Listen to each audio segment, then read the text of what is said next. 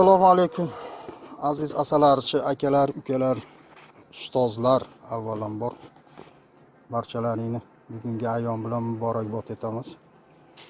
Bugun yana bir fermaga mehmon bo'ldik. Arilar bor ekan. Arilarni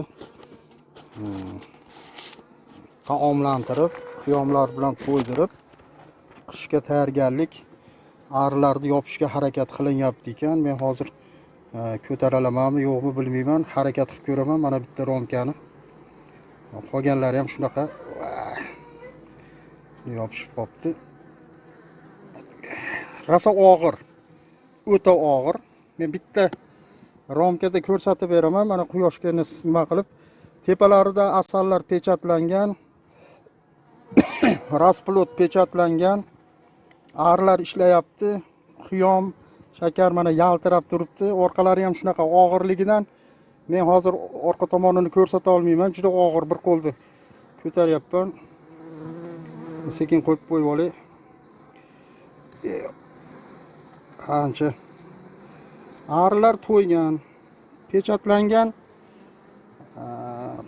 asallar, pechatlangan rasplotlar, yangi urug'lar ham bor bu tomonlarda. Men ko'rib chiqdim. Rosa chiroyli. Arilarni qishga 95% tayyorlashibdi akalar. Men suhbatda bo'ldim. Xo'p, qiyom berishda o'sha mana shu yashiqda aytib beray.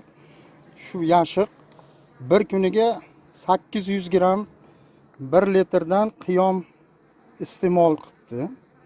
Qiyom tayyorlashda xo'p, ozgina tuz ham qo'shib berdik deyapti qiyomlariga. Arilar hisobda mana hozir bitta, ikkita, 3 ta, 6 ta, mana zapas bitta romkasi bilan 7 romkali arilar ekan. Hisobda 4 ta romka to'liq og'ir ko'tarish rosa qiyin.